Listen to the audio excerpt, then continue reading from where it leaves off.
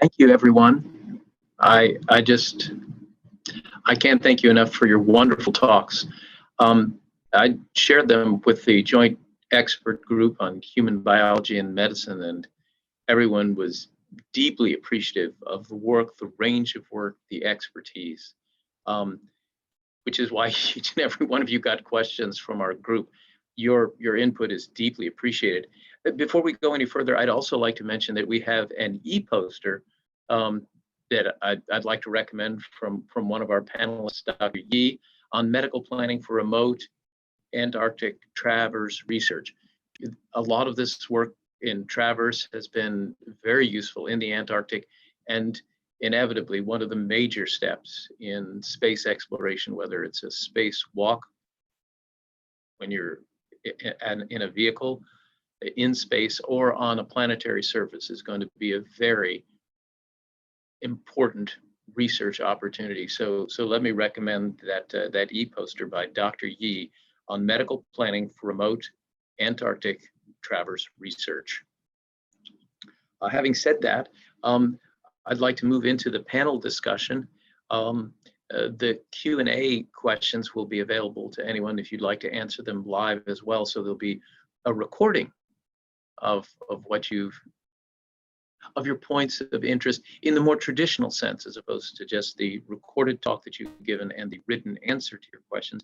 You may wish to actually have a recording so that when people click on this session, they will be able to hear your voice, see your face, and get your thoughts on a variety of topics. So allow me to say that there'll be the Q&A questions, and also as a general question from what do you think, based on your activity, your research, your work, would be the next step that you'd like to see in your area? Hey, Mark, this is Emmanuel. Can you hear me? Yes, absolutely. Yeah, I think there's a question in the Q&A panel or that window. It says, thank you for your interesting presentations. Yes, all presenters, it is said that Antarctic environment is so similar that it's a good simulation for space. Are there any difference between space and Antarctica? That's a very good question. So if I may answer that one, Mark? Please. Yes, please. Any questions? More than happy to have the panelists speak. We appreciate your expertise. Yeah, so there's a very good question, and absolutely, Antarctic stations are an excellent analog for spaceflight for multiple reasons. One of them is that it is an operational environment, right? People there are doing real work, and they are in a hazardous environment. They need to stay inside because of the extreme temperatures outside. And really, in some of the stations, like the ones with the Australians, for some periods of time, up to 9 months, they're fully isolated, and there's almost no capability to resupply or to bring anybody back from those stations during the winter over. And these are some of the same things that we will encounter as we go deeper into space in the next few years back to the moon, and then in the 2030s, 2040s back, going to Mars.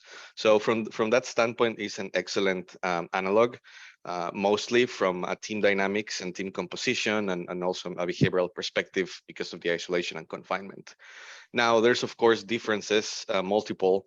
The most important one is that in Antarctica, there's still gravity, right? So you don't have the physiologic changes, the fluid shifting, all of those acute and chronic compensation mechanisms from physiology perspective that you will see in space.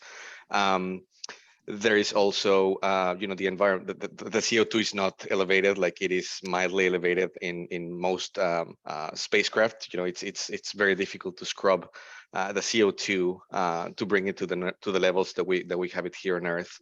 Also, the radiation environment. There is, even in space, there's more radiation than on Earth because we're not as protected from the magnetosphere perspective. And when we go back to the moon or we go to Mars, the astronauts are going to be fully exposed to space radiation because they will be outside of the Van Allen belts. So I think those are some general aspects. I hope that answers your question. So yes, it is in a nutshell, it is just an excellent analog for some things, but of course, you know, as being on Earth, it is still abided by the protections and the gravity fields that we have here on Earth. Thank you, Marc. Thank you very much, Dr. Urquieta. I appreciate it. Would anybody else like to comment on that question, either from the space perspective or from the Antarctic perspective? Hey, Marc, this is Lauren Landon. Can you hear me? Absolutely, please. Yeah, as far as team dynamics go, Antarctica is not quite like going off on a mission with just 4 people on your team. Of course, there are teams, but they're a little bit more in flux, right? So you could be a part of one team one day, and the next day you have a different task to do, and you could be working with different group of people. And so when we're doing our team studies down in Antarctica, we're always concerned about you know, how this fluctuation between different member groups is happening and how that might help you or hurt you as you're working with the team at that given moment. And so that's just kind of one difference. We have to be very careful about the type of tracking that we do when we think about the teams that they're working on, and also the tasks. Are the tasks very operational at the moment, or perhaps they're not quite team tasks that would be operational, like in spaceflight? But those are just a couple differences from team perspective. Thank you. I think those are great points. And who among us has not had a situation or a context where you haven't been members of a couple different teams, whether it's tasks to be done at work, or things to make sure that your IT equipment works, or any other a number of things in the larger sense. Yes, please, Dr. Van Velde. Yeah, it's a difficult name. Yes, I would like to respond to Lauren as well, because our Please. study, we did some interviews, and some of the interviews were also, some of the topics were on team dynamics. And in fact, something I really found interesting, and which relates a bit to your question as well, is it was not surprising to see that the impact of the environment was really overall present. But on the other hand, if you start to think deeper on that, then you see that the diversity is really dictated by the environment. And so, in fact, we saw that in every interview, people, in fact, talked a lot about how to struggle as an individual with the environment and how to struggle as a team with the environment. And so the more I went through the interviews, the more I saw that the diversity is really based on environmental factors, and that we as a person react as we are as a human being. And it's really a story of acceptance and to accept that the environment is stronger than we as a human being. And I think people that have been in Antarctica or other simulation stations, they maybe can confirm that it is one of the first lessons you have to learn when you are staying there. So I just wanted to add that as a little note.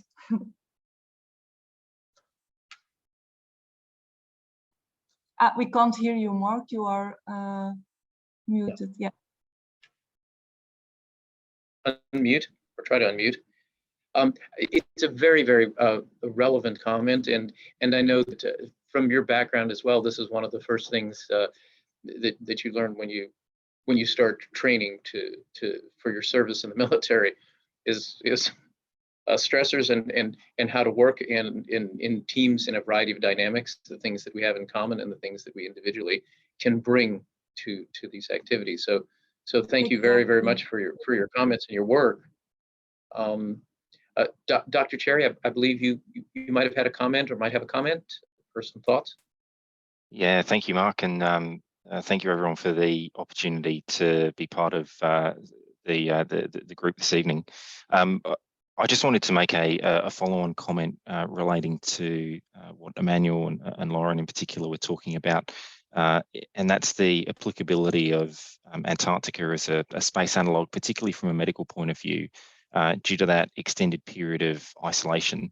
So for the Australian Antarctic program, we have a 9-month window of complete isolation from the outside world, where medical evacuation isn't possible either via ship or via aircraft. And therefore, the Antarctic medical practitioners, the doctors within the Australian Antarctic program, need to be able to provide a generalist medical, surgical, anaesthetic and dental care to their team with telehealth support from the Polar Medicine Unit in Hobart. That has direct applicability to longer duration spaceflight, be that Artemis missions to the moon or be that further onwards to Mars, with that increased need for sort of independence of the team and skills within the team so that they can operate independently with that telehealth support and have the skills to respond to any medical emergencies that may occur. So I think, you know, a number of Antarctic programs follow a similar model, but particularly within the Australian program, that isolated, confined, extreme environment and that 9 months of isolation, particularly from a medical perspective, poses a really unique testing ground for longer duration spaceflight. Thank you, Dr. Cherry. Absolutely, and in fact, when NASA does its work, and I believe it's cited in one of the talks by our NASA speakers, remoteness from Earth becomes a major factor. So while you're in orbit around the Earth in the International Space Station, if there's a medical issue, the standard protocol is to deorbit. We're going to get you to definitive medical care as soon as we physically possibly can. The fact is that if you're on the moon, you're much further away. If it's possible, we will certainly do everything within our power for you. If you're in transit or on the surface of Mars and out of alignment with Earth, that is to say, at the very best, many, many months away, then the medical options are different. And so one of the things that certainly NASA does when it looks at possibilities, and I'm sure the other space agencies probably do as well, is try to look for the best match. And one of the factors that's a best match is to take a look at what will be the medical model that we will engage or have to engage on missions of different distances from Earth. And that accessibility and being able to gather information on how people respond to the fact that they know that they are isolated, that they do not have the opportunity for rescue, the training for the medical community that's involved in that, the work in terms of telemedicine, the activities that need to be mastered before deploying to the ice, are all things that are important factors in considering what is and isn't possible.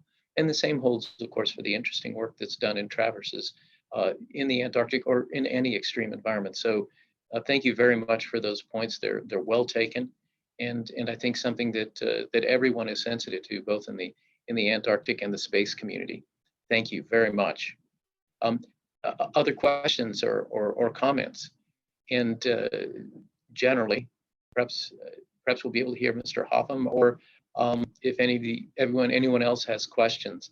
This is a great time, and people will be able to see this for quite a while. I don't think they're going to save the hour and a half of quiet, but they're going to save all the questions and answers. They're going to save all of your talks, and people will see a short, to the point, quick thing that they can see on the archives for this. So now's a good time if you'd like to be seen and heard.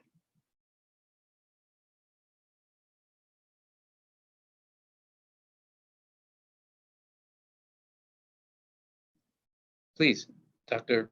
Povelde. Yeah, you can say Martin. And how do I pronounce it? Okay, but how would I pronounce it correctly? I want to be respectful. Correctly would be Van Pavelde, but it's really difficult. Van Pavelde. Yeah. Pavelde. You're worth the trouble. You're worth the trouble. Van Pavelde.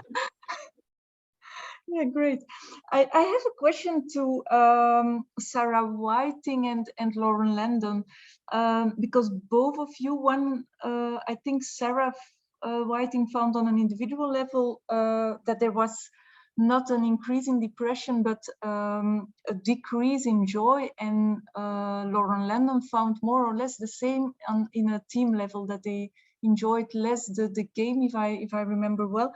And I was wondering what their opinion is about that, if it could be related to, according to them, to in fact the monotony that really flattens you down, and that maybe doesn't make you depressed, but might flatten down the joy and the variety in life. So I was wondering what your opinion is about that, because I find it really interesting to make this difference between both. It's a nuance, but a very important one, I think.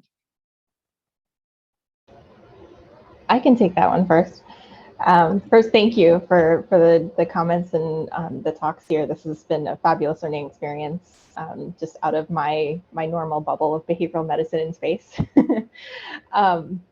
But yeah, no, I think what we're seeing more and more from the research NASA funds and conducts in and of itself is exactly what you're talking about, is that kind of feelings of sort of monotony or boredom over time, just that loss of feeling, you know, interested or connected or, you know, excited about something, just because over time you're doing the same things or the same environment or the same people, the same dinner time conversations, you know, those kinds of things, that it just kind of, you know, it gets old over a while.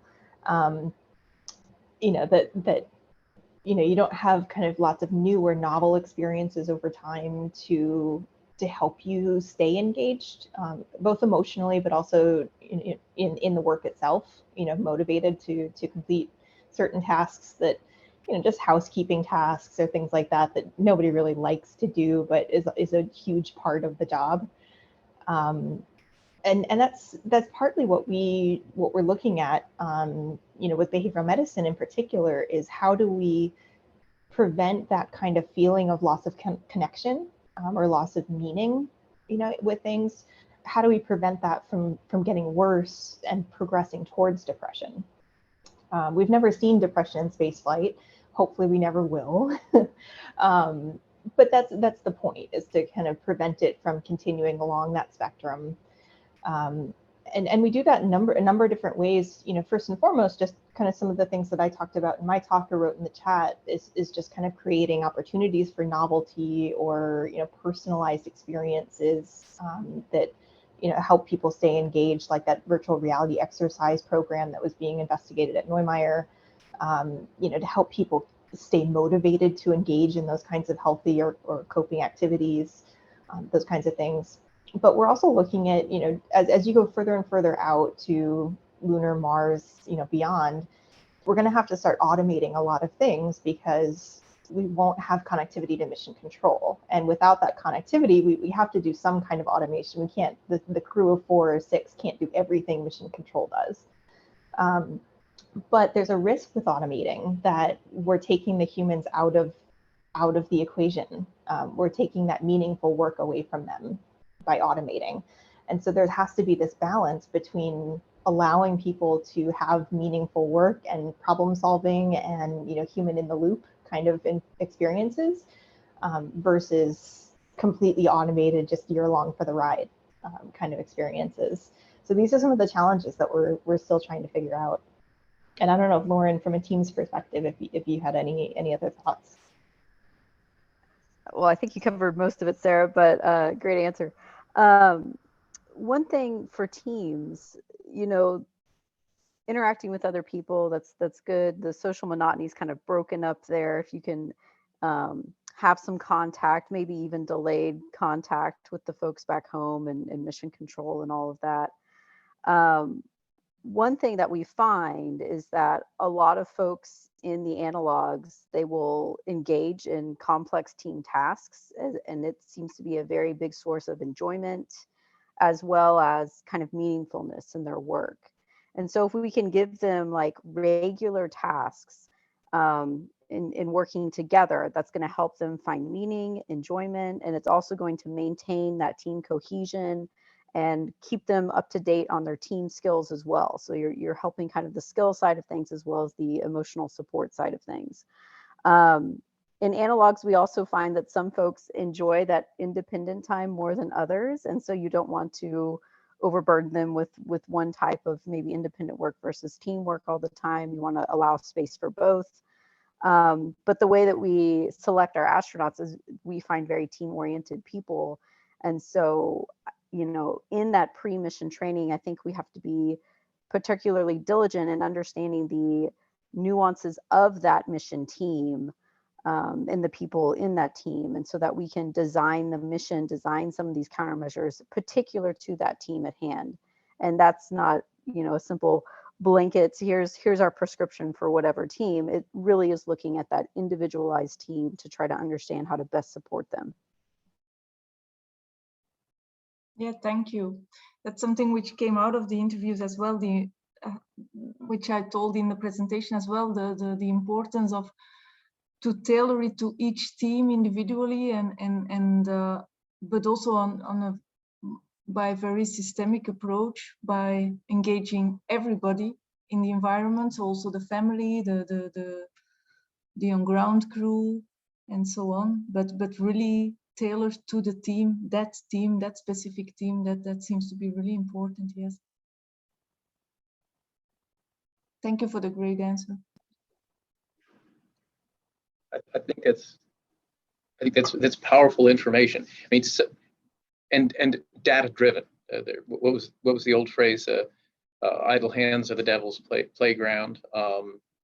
And the idea that people need to be active, have something to do, have meaningful activity, quantified. And NASA has the honor and privilege of working with really outstanding astronauts. That said, I'm wondering if any of you would like to make a comment on the fact that we're now moving from an era that was exclusively professional astronauts now to an era that includes commercial spaceflight, just as there was a time, a historic age of a heroic age of exploration in the Antarctic, where only a select few with great resources could go down to do work. And then things have changed, and there's more access. So any comments about issues with respect to how some of the experience and research that's being done in the Antarctic might be relevant with respect to commercial spaceflight, where the same constraints as we have with professional astronauts are not perhaps in place? Yeah, Marc, this is Manuel. I can take a stab at that question. It's an excellent question, and I would like to answer it from a medical and certification standpoint, going back to what Dr. Cherry was mentioning, the uniqueness and the vast experience that Antarctica has with the workers going there. You're absolutely right. The new spaceflight participants, as we call them, the civilians going into space, they are very, very different than your government astronauts, right? Career astronauts. From multiple perspectives, but for the purposes of this conversation, I would say from a medical perspective, right? You know, NASA and most of the government agencies, they have a select out, right? Way of selecting the astronauts. So basically, you know, there's a very stringent process to selecting them and bringing them to the astronaut corps. And in the civilian field with the spaceflight participants, it's almost the opposite, right? It's a select in. You have to waive a lot of the same requirements. You know, for a long time, Space Adventures they have been flying civilians, and there's multiple articles, and they have been able to fly people with you know, liver tumors and a bunch of other things that perhaps through the government astronaut pathway they wouldn't be able to fly. And I think Antarctica, they have most of the stations in Antarctica, you know, NSF, the Australian Antarctic Division, they have decades of experience on, you know, selecting people and making sure that on the one hand, you have enough people to really crew the stations. And then on the other hand, you need to make sure that also they are safe enough to stay, especially during nine months of full isolation without any capability for evacuation. So I think that that vast experience that these Antarctic station providers have it's going to be absolutely relevant to spaceflight, and we can learn a lot from them. I'm sure from the behavioral standpoint as well, on how they deal with this, even though I completely agree with Dr. Landon on the differences of size and activities and all these things. Yeah, I think there's a lot of things that we can learn from the Antarctic stations. Thank you, Marc. Absolutely, and I have to say, outstanding work also done in Concordia from ESA, and for that matter, all the national programs. The United States is a very large program. It does outstanding work, but the smaller stations that are available, whether they're from Chile or Argentina, Belgium, all the different national programs do out, Japan, all the different nations, all the participating nations, as is cited by the person whose talk was about the Antarctic peaceful scientific use of Antarctica, just as there's one for space. We're coming down sort of to the end. Are there any final words that anybody would like to share or make sure are recorded for posterity before I say thank you one more time?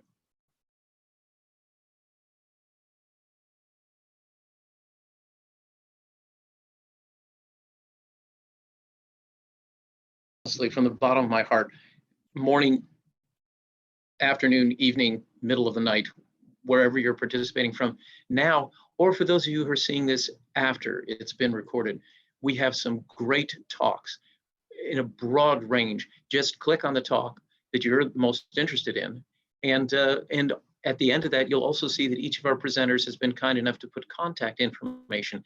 So please do get in touch with us if you've got questions, if there's anything we can do, if there's a way that you'd like to participate. We want to work with you. We appreciate your presence here now or remotely, telepresently, in the future from this recording. Thank you to each and every presenter. Thank you to the SCAR organizers for making this possible. Thank you for all of your talks. And if there's anything else we can do, please let us know.